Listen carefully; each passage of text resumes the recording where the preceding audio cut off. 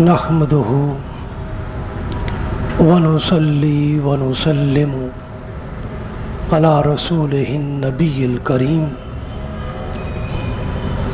أما بعد فأعوذ بالله من الشيطان الرجيم بسم الله الرحمن الرحيم يا أيها الناس إنا خلقناكم من ذكر وأنثى وجعلناكم شعوبا وقبائل لتعارفوا إن أكرمكم عند الله أتقاكم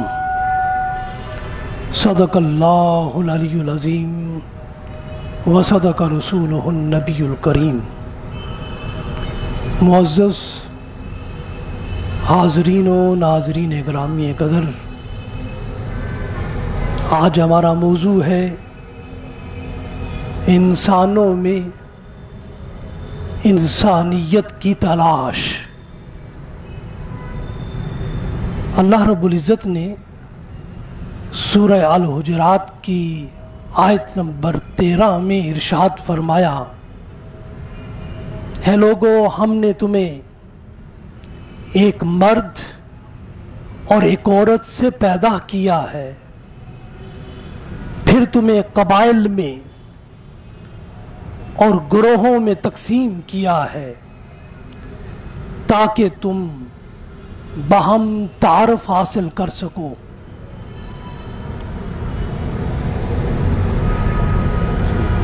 یقیناً اللہ کے نزدیک عزت و احترام کا مالک وہی ہے جو تم میں زیادہ متقی ہے۔ اس کائنات کی جملہ مخلوقات میں سے سب سے زیادہ شرف و اکرام، عزت و احترام انسان کو حاصل ہے۔ قرآن نے انسان کی اسی تکریم کی طرف یوں اشارہ کیا ہے، وَلَقَدْ كَرَّمْنَا بَنِي آدم، بے شک ہم نے بنی آدم کو عزت بخشی۔ إِنَّ أَكْرَمَكُمْ عِندَ اللَّهِ أَتْقَاكُمْ، یقیناً اللہ کے نزدیک عزت و احترام کا مالک وہی ہے جو تم میں سے سب سے زیادہ متقی، پرہیزگار اور صاحب کردار ہے۔ حاضرین و ناظرین گرامی قدر، انسانی احترام اور تکریم میں جو چیزیں آڑے آتی ہیں، اسلام نے ان کا بھی انسداد کیا ہے۔ یہ یوں کہہ لیجئے، انسانی اکرام کے لیے دنیا کے جو معیارات ہیں، قرآن نے ان سب کو مسترد کر دیا ہے۔ انسانی تکریم اور احترام کو رنگ و نسل سے بالا تر رکھا ہے، علاقہ اور زبان کو اس میں معیار نہیں بنایا ہے۔ ان کے علاوہ معاشرتی اور سماجی عزت و احترام کے جتنے بھی پیمانے ہو سکتے تھے، سب کو نظر انداز کیا ہے۔ عزت و احترام انسانی کے لیے ایک آفاقی اور ایک دائمی اور ایک عالمگیر پیمانہ دیا ہے، جو کہ شخصی کردار کی عظمت اور رفت ہے، جس کا اعلان قرآن نے دوسرے مقام پر یوں کیا ہے، وَلِكُلٍّ دَرَجَاتٍ مِّمَّا عَمِلُوا وَلِيُوَفِّيَهُمْ أَعْمَالَهُمْ وَهُمْ لَا يُظْلَمُونَ۔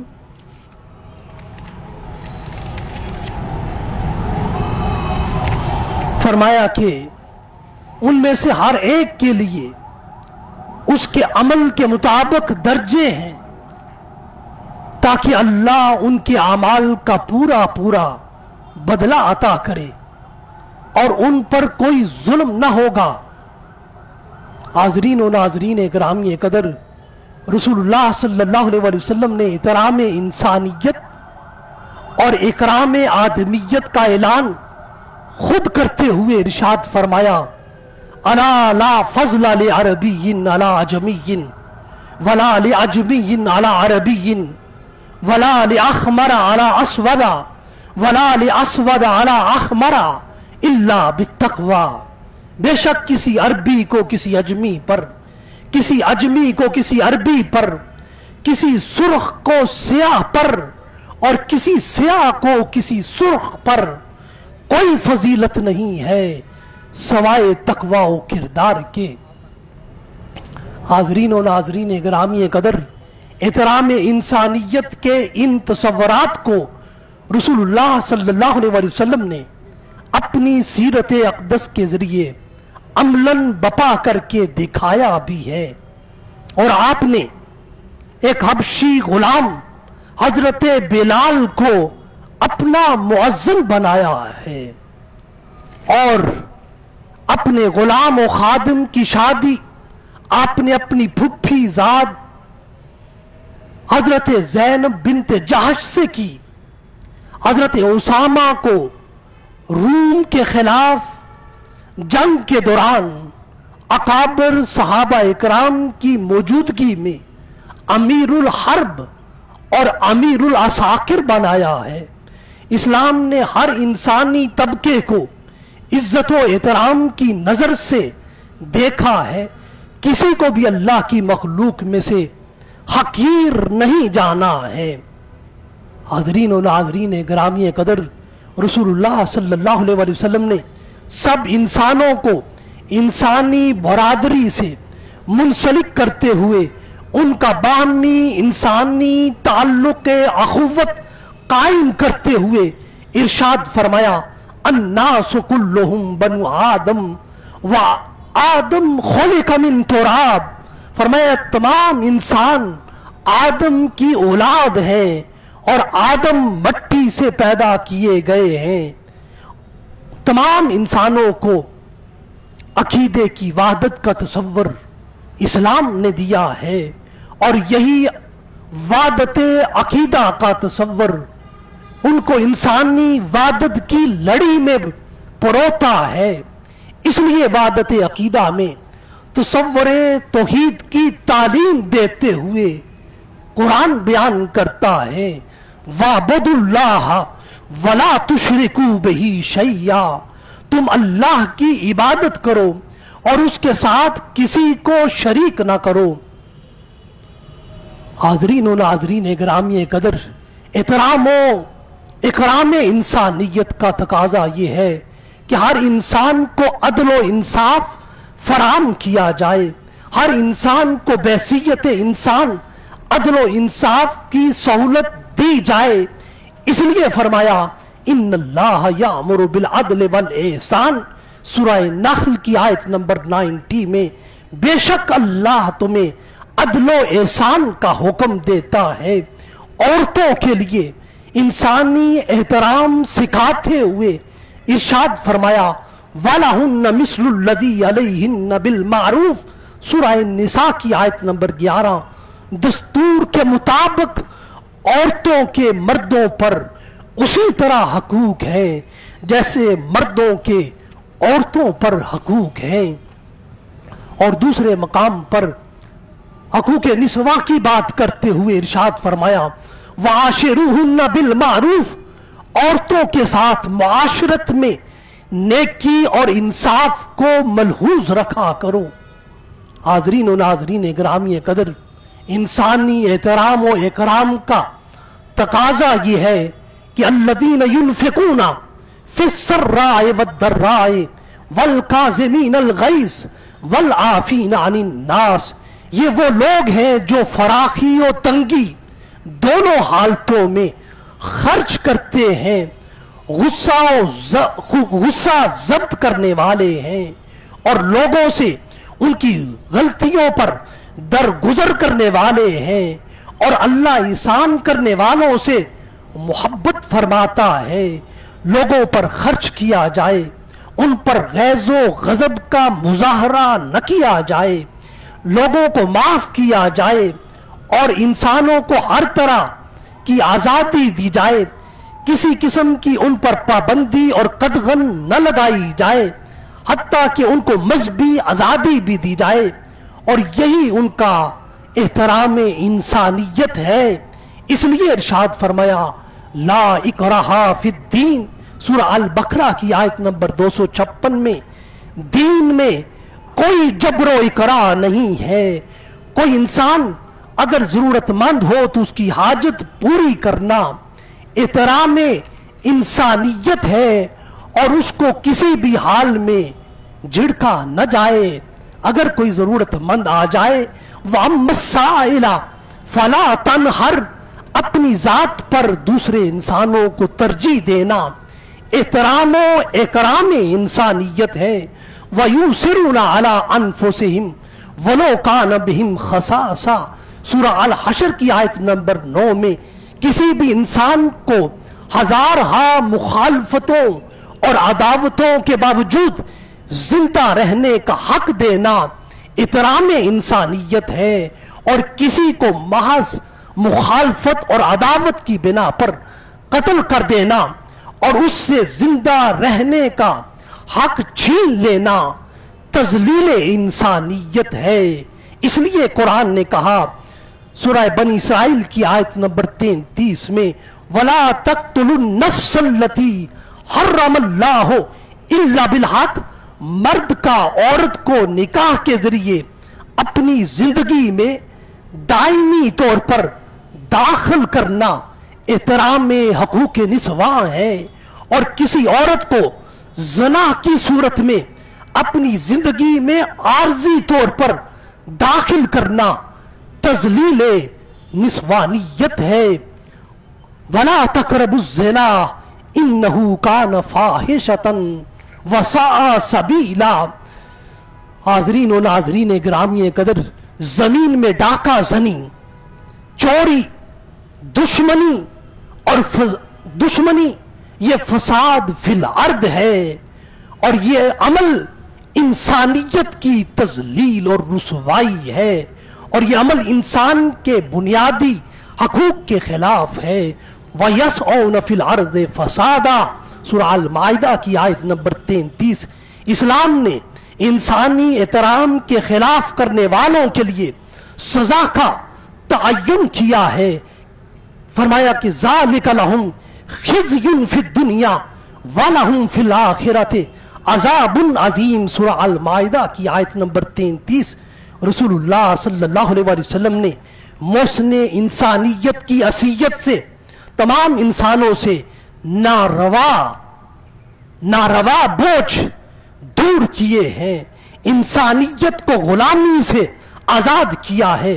وَيَضَعُ عَنْهُمْ إِصْرَهُمْ وَالْأَغْلَالَ الَّتِي كَانَتْ عَلَيْهِمْ، سورہ الاعراف کی آیت نمبر 157۔ اسلام نے احترام انسانیت اور تکریم انسانیت کا سبق دیتے ہوئے انسانی جان کے احترام کا سبق دیا ہے۔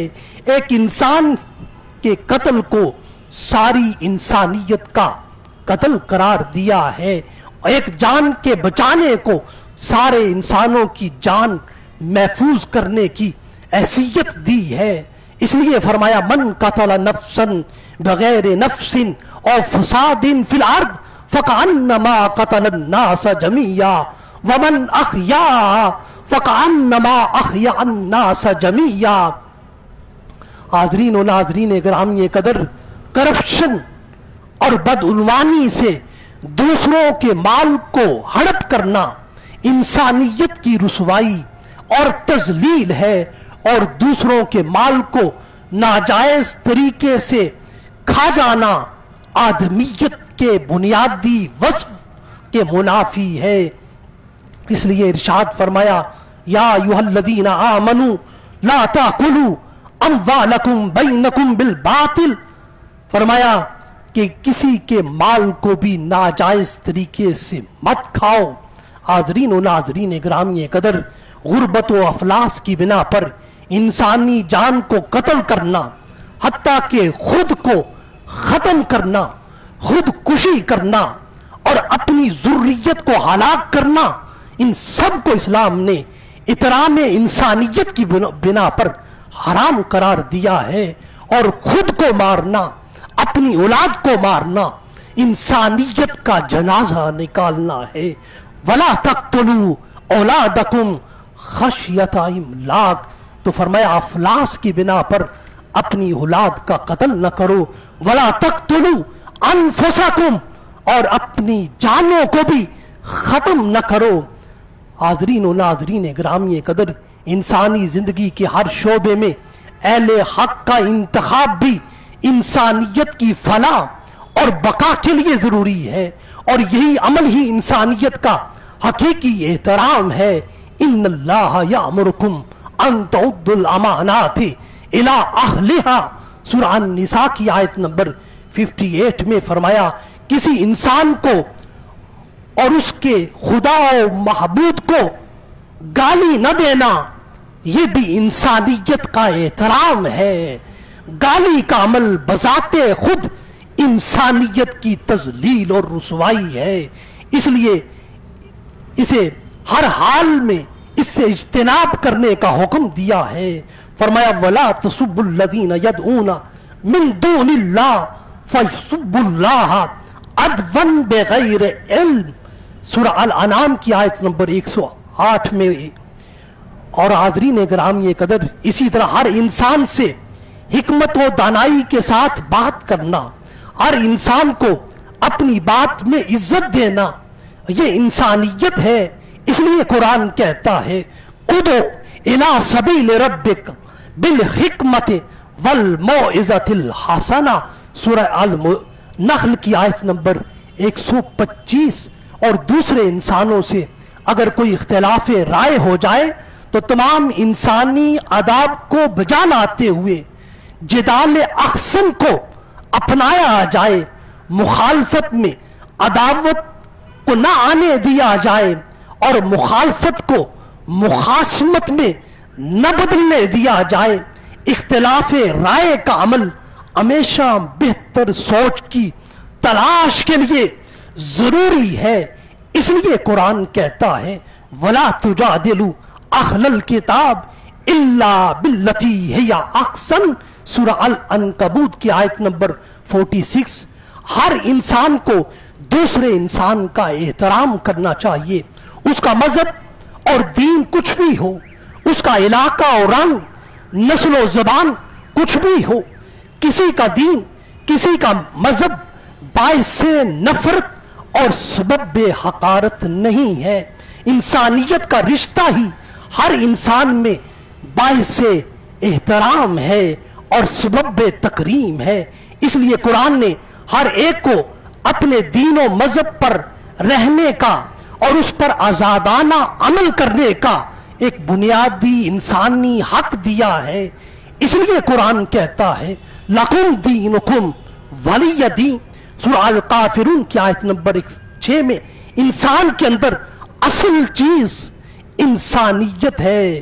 مولائے روم اپنی مثنوی روم میں لکھتے ہیں کہ رات کے وقت ایک ضعیف العمر شخص چراغ لیے شہر کے گرد گھوم رہا تھا، پورے شہر میں گھوم رہا تھا، اندھیری رات میں کچھ تلاش کر رہا تھا۔ کہتے ہیں کہ میں نے کہا حضرت آپ اس وقت کیا تلاش کر رہے ہیں؟ فرمانے لگے کہ مجھے انسان کی تلاش ہے، میں چوپایوں اور درندوں کے ساتھ رہتے ہوئے عاجز آ گیا ہوں، میرا پیمانہ صبر لبریز ہو گیا ہے، مجھے ایک ایسے انسان کی تلاش ہے جو خدا کا بندہ کامل ہو۔ میں نے کہا بزرگوار آپ کا آخری وقت ہے، اس انسان کو آپ کیوں اور کہاں ڈھونڈیں گے؟ اس انسان کا ملنا آسان کام نہیں ہے، میں نے آپ سے پہلے اس انسان کو بہت ڈھونڈا ہے، مگر میں نے اس کو نہیں پایا ہے۔ اس بزرگ نے یہ بات سن کر کہا، میری ساری زندگی کی عادت یہ ہے کہ جب میں کسی چیز کے بارے میں سنتا ہوں کہ وہ مجھے نہیں مل سکتی ہے تو میں ایسی چیز کو پہلے سے زیادہ محنت کے ساتھ تلاش کرنا شروع کر دیتا ہوں، اس لیے میں اس انسان کی تلاش سے ہرگز باز نہیں آؤں گا۔ حاضرین و ناظرین گرامی قدر، مولا روم کی اس حقائق نے ہمارے ذہن میں یہ سوال پیدا کیا ہے کہ ہر انسان نہیں ہے، حتیٰ کہ انسانوں کی بڑی بڑی آبادیوں میں بھی حقیقی انسان نایاب جنس ہے۔ عام طور پر یہی سمجھا جاتا ہے کہ انسانوں کی دو قسمیں ہیں، ایک وہ جو دیکھنے میں انسان ہے مگر حقیقت میں انسان نہیں ہے، اور یہ دنیا ہمیشہ ایسے ہی انسانوں سے بڑی ہے، اور دوسرے وہ انسان ہیں جو حقیقت میں انسان ہیں مگر کبھی ایسے گم ہو جاتے ہیں کہ ان کو چراغ لے کر تلاش کرنا پڑتا ہے۔ حاضرین و ناظرین گرامی قدر، آج ساری دنیا میں ہر طرف انسان ہی انسان ہے۔ آج انسانی آبادی بہت زیادہ ہے۔ آج کے انسان نے ہر چیز کو مسخر کر لیا ہے، ہوا، پانی اور بجلی کو اپنے تصرف میں کر لیا ہے، زمین کی بلائی فضا کو بھی ہوائی جہازوں، جنگی طیاروں اور میزائلوں کے ذریعے مسخر کر لیا ہے۔ آج انسانوں کی ترقی کا اندازہ مردم شماری اور اس کی متمدن اور ترقی یافتہ آبادی کے ذریعے ہرگز نہیں کیا جا سکتا، اور نہ ہی انسانی ترقی کا انحصار اس کی مادی ترقی سے کیا جا سکتا ہے، بلکہ انسانی ترقی کا پیمانہ انسان کی اخلاقی اور روحانی ترقی ہی کے ذریعے ممکن ہے۔ انسانوں میں وصف انسانیت کو پیدا کرنے کے لیے ان کو مذاہب عالم اور اسلام کی اخلاقی اور روحانی تعلیمات سے آراستہ کرنا ہوگا۔ حاضرین و ناظرین گرامی قدر، در حقیقت انسان کے اندر انسانیت ایک بہت بڑا مقام و مرتبہ ہے، مگر اس عظیم انسانی قدر کے خلاف ہمیشہ خود ہی انسان برسرے پیکار رہا ہے۔ انسان کو ہر دور میں ہمیشہ انسانیت کی سطح پر قائم رہنے کے لیے بڑی تکلیف اور مشکل سے گزرنا پڑا ہے۔ اس انسان نے اپنی اصل کو چھوڑ کر وصف انسانیت کو افراط و تفریط کا شکار کیا ہے۔ کبھی تاریخ انسانی میں یہ انسان خود کو دیوتا بناتا ہے یا دوسرے انسانوں نے اس انسان کو دیوتا بنایا ہے، اور اس کو دیوتا اور خدا بنانے کی کوششیں زیادہ تر دوسرے انسانوں نے کی ہیں، اور دوسری طرف اس انسان کو انسانیت کے اصل مقام سے بھی گرایا گیا ہے، اور اس کو حیوانی زندگی کا عادی بنایا گیا ہے، اور اپنی زندگی کو من مانی اور من موجی خواہشات کی نظر کیا گیا ہے۔ غرضے کے انسانوں کی میں ایک حد افراط ہے اور ایک حد تفریط ہے۔ ان دونوں کوششوں اور ان دونوں حدود کے نتائج دنیا میں ہمیشہ خراب اور برے ہی برآمد ہوئے ہیں۔ جب انسان کی انسانیت کو حد افراط میں لایا گیا اور اس کو دیوتا اور خدا بنایا گیا تو اس کی وجہ سے دنیا میں ہر طرف بد نظمی پھیل گئی، ہر طرف فتنہ و فساد بپا ہو گیا، ہر جہت اور ہر طرف بگاڑ ہی بگاڑ کے آثار نظر آنے لگے۔ انسان کی حالت تو یہ ہے کہ یہ اپنے مصنوعی نظام کو بہتر طور پر نہیں چلا سکتا۔ یہ کیسے ہو سکتا ہے کہ وہ اس کائنات کے فطرتی اور خدائی نظام کو خود خدا بن کر بہتر سے بہتر طریقے سے، خدا سے بھی بہتر معاذ اللہ، چلا سکے؟ اس لیے اس نظام دنیا میں اتنی پیچیدگیاں اور اتنے مسائل اور اتنے مراحل ہیں کہ انسان کے بس میں نہیں ہے۔ اس انسان نے تو انسانیت کے دائرے میں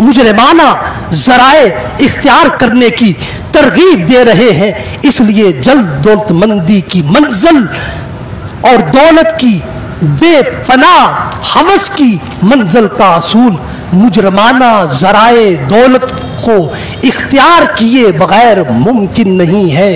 حاضرین و ناظرین گرامی قدر، انسانوں کی اسی ذہنیت نے ساری دنیا کو خطرات، خدشات، فسادات اور عالمی خرابات میں جکڑ رکھا ہے. ہر طرف ایک مصیبت اور آفت کو کھڑا کر دیا ہے. دفتروں میں طوفان ہے، منڈیوں میں قیامت کا منظر ہے.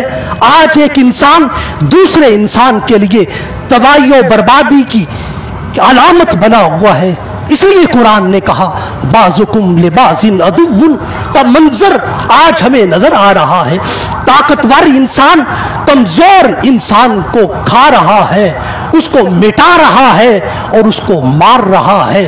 اسلحہ اور ہتھیار والا نہتے انسان پر ظلم کر رہا ہے. ایک انسان دوسرے انسان کے لیے جوک بن گیا ہے. ہر کوئی دوسرے کا خون چوسنا چاہتا ہے الا ماشاء اللہ. آج انسانیت کو خود غرضی کی آئینی زنجیروں نے جکڑ کر رکھا ہوا ہے. اپنی ذات ہر چیز پر مقدم ہے، دوسرے بعد میں ہے. آج دولت کمانا ہی کل مقصد زیست، کل مقصد حیات بن گیا ہے. حالانکہ اس انسان کی زندگی کا مقصد اللہ کی معرفت اور اس کی قربت اور اس کی محبت کو پانا ہے.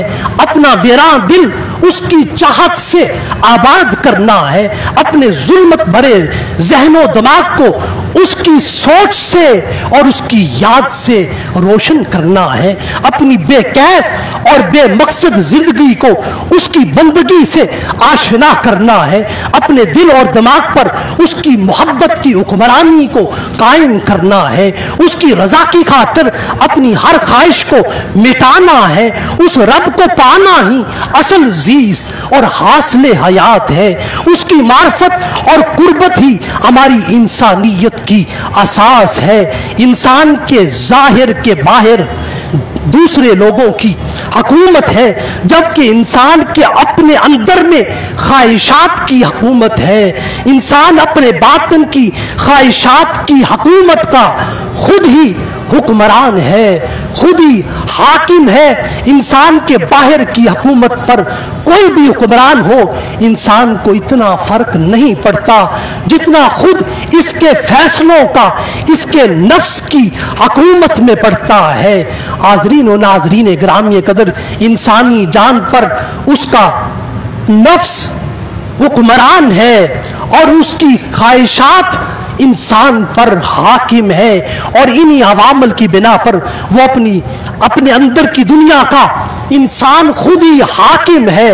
انسان کے اندر کی سلطنت بڑی وسیع ہے، بڑی حریص ہے، لامحدود ہے.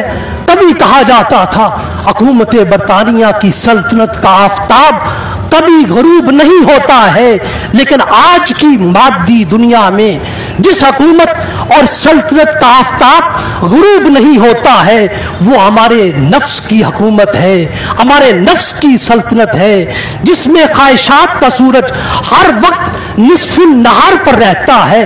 یہی وجہ ہے کہ انسان اس سوچ کی تمازت اور حرارت سے متاثر ہو کر اپنے مفادات کے لیے سب ناجائز کو جائز کرنے پر لگا ہوا ہے، سب حرام کو اپنے لیے حلال کرنے پر لگا ہوا ہے، سب ممنوعات کو مشروعات کرنے میں لگا ہوا ہے.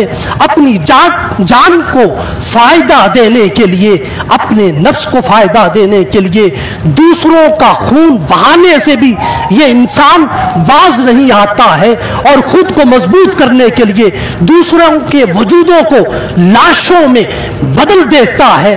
اپنی طاقت کے نشے میں دوسروں کو روند ڈالتا ہے، وہ اپنی نیک نامی کے لیے دوسروں کی بدنامی گوارا کرتا ہے، اپنے ذاتی مفادات کے لیے قومی مفادات کو پامال کرتا ہے، اپنی ذاتی ترقی کے لیے قوم کی تباہی اور بربادی کو گوارا کر لیتا ہے، اپنی آبادی کے لیے قوم کی بربادی اور ویرانی کو قبول کر لیتا ہے۔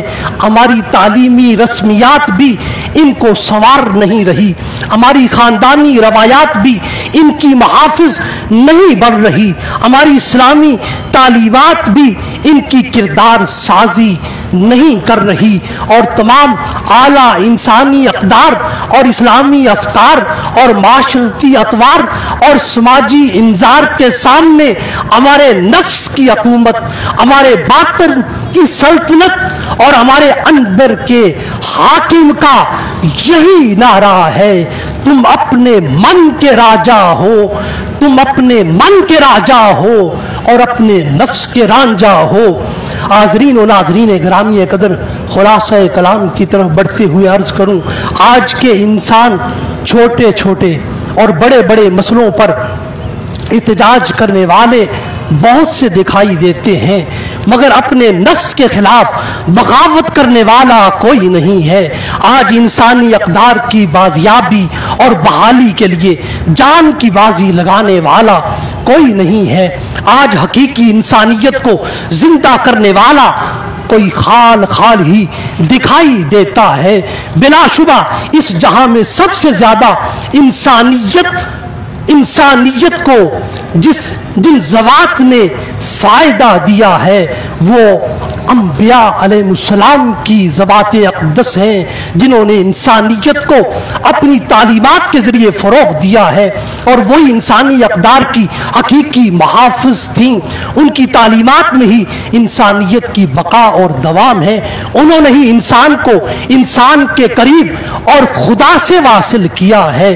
انسانیت جب بھی اور جس وقت بھی اپنی تباہی اور ہلاکت کی آخری حدوں کی طرف بڑھی، انبیاء و رسل اور ان کی تعلیمات نے ہی انسانوں کو اس تباہی و ہلاکت سے نجات دی ہے۔ اس میں ہر نبی اور رسول کا کردار عظیم ہے، مگر اس افضل طبقہ انس میں انسانیت کی بقا اور دوام اور حفاظت کے لیے سب سے بڑا کردار اور سب سے عظیم عمل رسول اللہ صلی اللہ علیہ وآلہ وسلم کا ہے، جن کی ذات اقدس کی انسانیت کے لیے لازوال قربانیاں ہیں، اور آپ کی ذات کریمانہ کی بے پناہ خدمات کی بنا پر ہر دور کے انسان نے آپ کو محسن انسانیت کے لقب سے پکارا ہے۔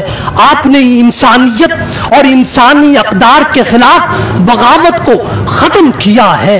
آپ نے ہی انسانیت کے لیے دنیا کی لذتوں اور مادی دولت کو چھوڑا ہے، اور ہر طرح کی دنیاوی پیشکشوں کو ٹھکرایا ہے، اور انسانیت کی خاطر اپنی جان کو خطرے میں ڈالا ہے۔ آپ نے دنیا سے اور انسانوں سے کچھ نہیں لیا ہے، کچھ نہیں لیا ہے۔ اس کے برعکس اس دنیا کو اور انسانوں کو بہت کچھ، بہت زیادہ اور بے حساب دیا ہے۔ آپ نے اپنی ذاتی غرض پر دوسروں کی اغراض کو ترجیح دی ہے۔ آپ نے دوسروں کے پنپنے کی خاطر اپنے آپ کو مٹایا ہے۔ آپ نے دوسروں کی آبادی کے لیے اپنی خواہشات کی قربانی دی ہے۔ دوسروں کو خوشحالی دینے کے لیے اپنی فاقہ کشی کو گوارا کیا ہے، غیروں کو نفع پہنچایا ہے اور اپنوں کے نفع کو مؤخر کیا ہے۔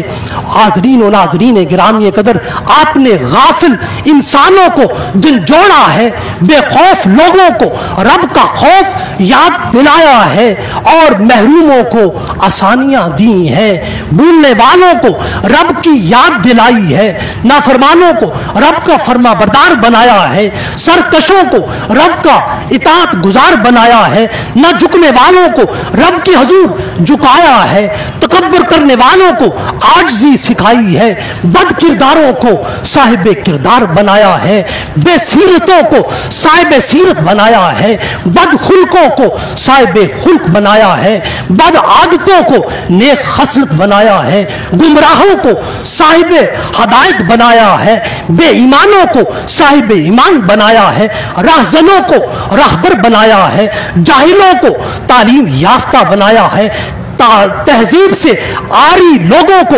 معذب بنایا ہے، گمراہوں کو رہنما بنایا ہے، بھٹکے ہوئوں کو دنیا کا قائد اور امام بنایا ہے۔ مگر مسلمان یہ بات یاد رکھیں کہ آپ صلی اللہ علیہ وسلم نے جو کچھ ساری انسانیت اور سارے انسانوں کو دیا ہے، اس پر کسی مسلم کا اجارہ نہیں ہے۔ آپ کی تعلیمات ساری انسانیت کا مشترک سرمایہ ہے۔ کوئی فرد مسلم، کوئی گروہ مسلم محمدی تعلیمات اور محمدی سیرت پر کسی قسم کی اجارہ داری کا دعویٰ نہیں کر سکتا ہے۔ اس لیے کسی نے کیا خوب کہا ہے، عشق ہو جائے کسی سے کوئی چارہ تو نہیں، عشق ہو جائے کسی سے کوئی چارہ تو نہیں، صرف مسلم کا محمد پر اجارہ تو نہیں، صرف مسلم کا محمد پہ اجارہ تو نہیں۔ جیسے ہوا، پانی، روشنی سب کے لیے ہے، کسی کی ان پر اجارہ داری نہیں ہے، اسی طرح آپ صلی اللہ علیہ وسلم کی تعلیمات پر بھی کسی مسلمان کی اجارہ داری نہیں ہے۔ آپ کی تعلیمات پر سب انسانوں کا حق ہے، ہر شخص کا اس میں حصہ ہے، جو بھی اس سے فائدہ اٹھانا چاہے وہ مستفید ہو سکتا ہے، اس لیے کہ آپ کی ذات اقدس محسن انسانیت ہے، محسن انسانیت ہے، اور ساری انسانیت قیامت تک آپ کی ممنون ہے۔ اور دنیا انسانیت میں آج جتنی بھی اعلیٰ انسانی اقدار ہیں اور عرفہ انسانی افکار ہیں، یہ سب کے سب آپ کے توفیل ہیں اور آپ کے دم قدم کی خیرات ہیں۔ دنیا کی ساری اعلیٰ انسانی اقدار کا اعتراف اور ان کا اظہار آپ کی ذات کے حوالے سے یہ شعر و کلام خوب کرتا ہے۔ بہار جو دنیا میں آئی ہوئی ہے، بہار جو دنیا میں آئی ہوئی ہے، یہ سب پود انہی کی لگائی ہوئی ہے، یہ سب پود انہی کی لگائی ہوئی ہے۔ بہار جو دنیا میں آئی ہوئی ہے، یہ سب انہی کی ہے۔ وآخر دعوانا ان الحمدللہ۔